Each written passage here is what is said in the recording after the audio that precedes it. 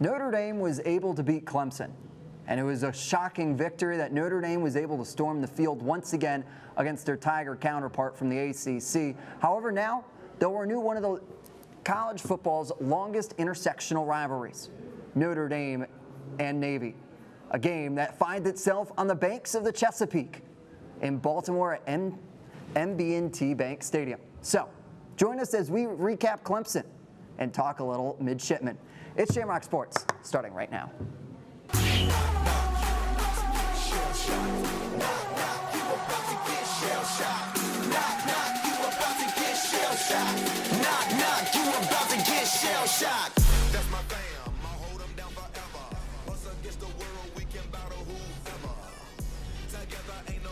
Welcome back to the second floor of the Duncan Student Center. Got a star-studded freshman group here. We got Ryan Murphy, Tyler Reidy, Jay Byron. So happy to have you with us. We're breaking it all down. These two guys were on the call for WVFI.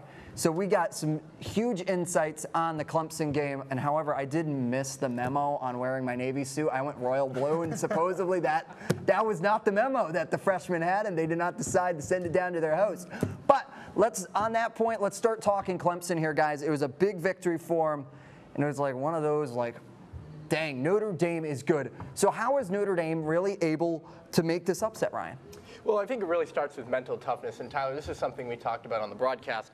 On offense, they didn't shy away from the strength-on-strength matchup in the run game. They just chose to stick with themselves. I know you're going to talk about that. But really on defense especially, I was impressed by Notre Dame defense. It really kept them in the game.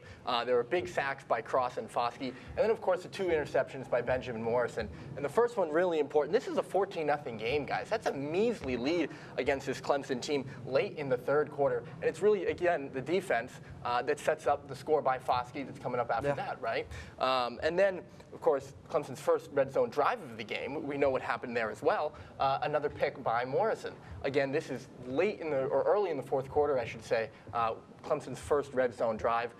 The fact that they're only in the red zone in the fourth quarter is important, and it just shows how much the defense was really the tough part that kept Notre Dame in the game in that one. Yeah, it really is. And Notre Dame did something that no one has really seen them do this year, is like hold a team scoreless all the way until the fourth quarter mark at the end of the third. But now let's go to you, Tyler. You have a pretty obvious one, and I think Marcus Freeman posted something on Twitter about this. And Tyler, what was your key to the game? Well, it's the elephant in the room. It is the run game. Notre Dame is really finding its identity on offense, and it is in rushing the football. The three-headed monster, Diggs, Tyree, and Estime. And we'll start with Logan Diggs here in this highlight. Check out how the offensive line and tight ends set the edge on the outside run, and then when you get to the inside run up the middle, they seal off the middle, part the Red Sea, and off he goes. This whole offense, the line, it's all in sync. Notre Dame's bread and butter is the run game. They're using it really well. Then go to another 100-yard man on the night in Audric Estime. 3rd and 10, Notre Dame, Tommy Rees, they're able to call the run plays at any time because Clemson is powerless to it. The playbook is so much more wide open. And then when Estime starts to get a little bit tired down the stretch on the sideline, wanting a little bit more, but out of the game, Chris Tyree, that third man, the most explosive of the three, can come in. Notre Dame has so much depth, and they're using this rushing game extremely well. And you see right there, when they run the football well, they win games, and that's exactly how they can take down Navy and exactly how they beat Clemson. It really is, and you can see it there. However, I don't want to toot my own horn, but I'm going to go toot too. I said the offensive line needed to have a good game. They did. There you go. Just saying, from a guy that didn't play any football in any part of his life, knows something up here sometimes. There you go. Broken clock's right twice a day, but yeah, that's besides the point. For me, it really was the special teams. We talked about it, Notre Dame and Brian Mason. Yes, baby, Brian Mason, baby. Brian Mason, the best hire I think Marcus Freeman probably will ever have is in his career. It's continuing to show out. You saw that huge pump block, and you saw it on the Irish Access video.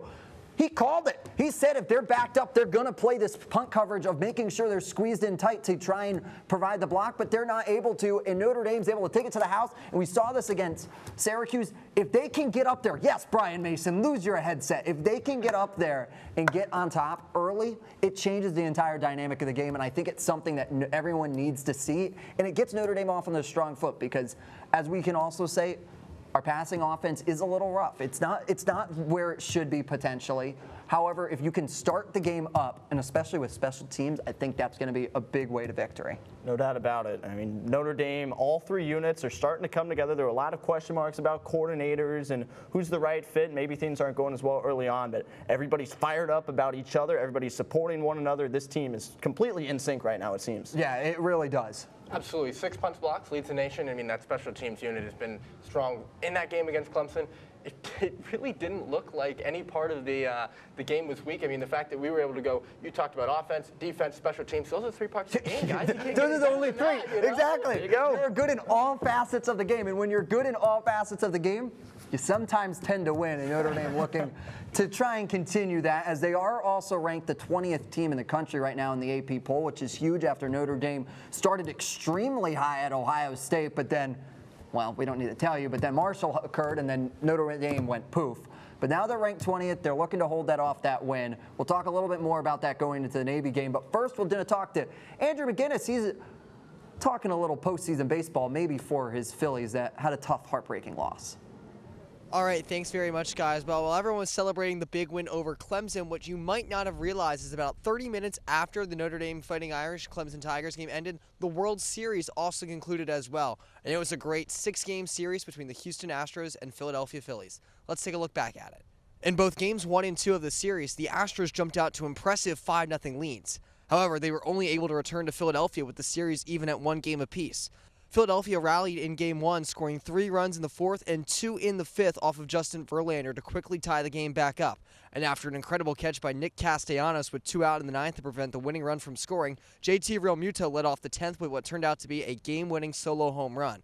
The Astros would hold on, however, in Game 2 behind 6 innings of 1-run ball from Framber Valdez, jumping out to an early lead by scoring 2 runs on the game's first 4 pitches en route to a 5-2 victory. It was the Phillies bats who would come alive, however, when the series returned to Philadelphia in Game 3. The Phillies, hosting their first World Series game since 2009, tied a Fall Classic record by blasting 5 home runs in a dominant 7-0 win in Game 3. Alec Boehm's second-inning solo home run was also the 1,000th home run in World Series history. However, the Astros completely flipped the script in Game 4, with 4 Houston pitchers, led by starter Christian Javier, who worked 6 scoreless innings, combining to no-hit the Phillies' offense in a 5-0 win. It's just the 3rd no-hitter in postseason history and the 1st in the World Series since Don Larson tossed a perfect game back in 1956. Game 5 was much more balanced, however, with both teams scoring an early run in the 1st inning. However, it was the Astros who would pull away late, holding off fervent Philadelphia comebacks with spectacular defensive plays from first baseman and former Irish star Trey Mancini in the 8th and childhood Phillies fan Chas McCormick in the 9th, leading them to a 3-2 victory. And in Game 6, despite falling behind 1-0, Houston quickly rallied, scoring 4 runs in the bottom of the 6th inning. Yordan Alvarez, who hit a walk-off 3-run home run in Houston's first game of the postseason, hit a game-winning 3-run home run in their last game of the postseason, turning a 1-0 Phillies lead into a 3-1 deficit with a titanic 6th-inning blast to put Houston on top for good. The Astros held on to win Game 6 by a final score of 4-1, with rookie shortstop Jeremy Pena taking home the World Series MVP. The good news for the Phillies and for the other 28 teams in Major League Baseball is that there's less than 100 days until pitchers and catchers report for the 2023 season. The good news for Houston, they'll have that long to celebrate. I'm Andrew McGuinness. Let's send it back to the guys on the desk.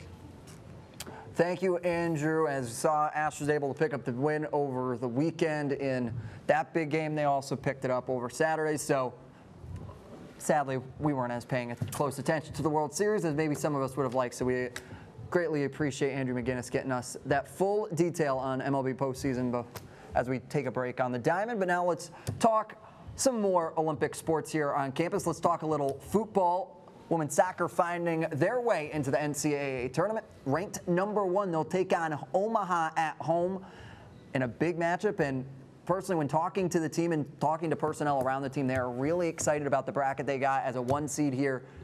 they feel like they have the potential to really run it all the way to Final Four before they're extremely challenged. And speaking of excitement, I'm really excited to see how Corbin Albert continues her phenomenal run down the stretch here. She scored a hat trick against Florida State in the ACC women's soccer tournament. There you see it there. 2 strikes from outside the box. She's on a roll, playing her best soccer at the right time. And this Notre Dame offense is full of some stars. They can really come alive when it matters most, and excited to see how they perform in this national tournament. They really are, and Corbin Albert is a star. And when talking to our college soccer insider, JJ Post, he thinks she's maybe a potential shoo-in for College Player of the Year, which personally, you have to imagine she's in the conversation because of how electric she is and how dynamic Notre Dame is when they need to, Ryan. Yeah, that performance against Florida State was just excellent. And this is really exciting for this team. It's their first #1 seed since 2008, I think. I think they went all the way to the final that year. And they're well prepared. They're very strong ACC schedule. I think 2 out of the 4 top seeds in the tournament are from the ACC with Notre Dame and Florida State. And hot teams go far. Notre Dame hasn't lost since September 25th. Of course, they lost to Florida State on penalty kicks. Hot teams go far in the tournament. They've been on a streak for a while now. I look for good things out of them.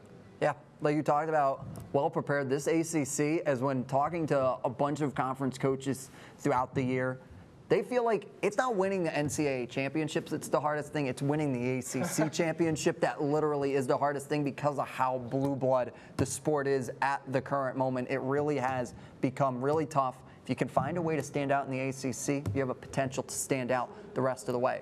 But now also let's talk about another team that's getting their start on is men's basketball. They'll open the season on Thursday against Radford in a big home opening matchup. Guys, what do you have to say about this young season right now?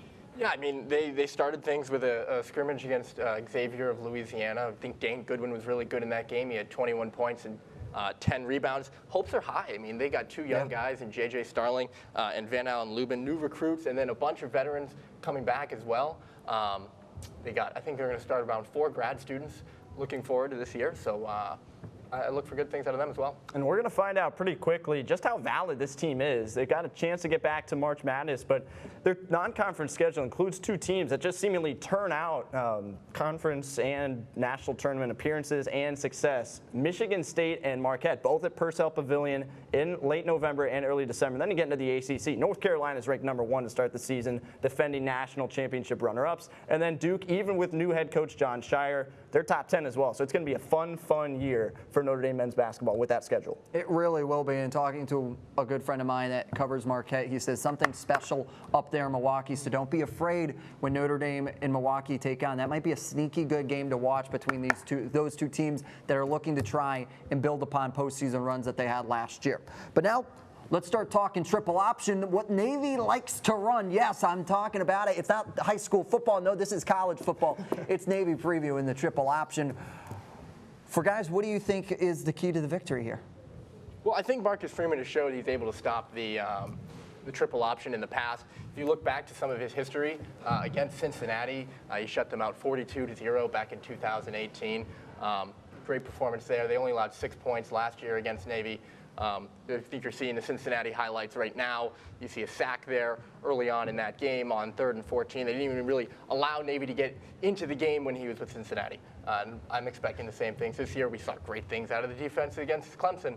I'd expect the same thing around here against Navy.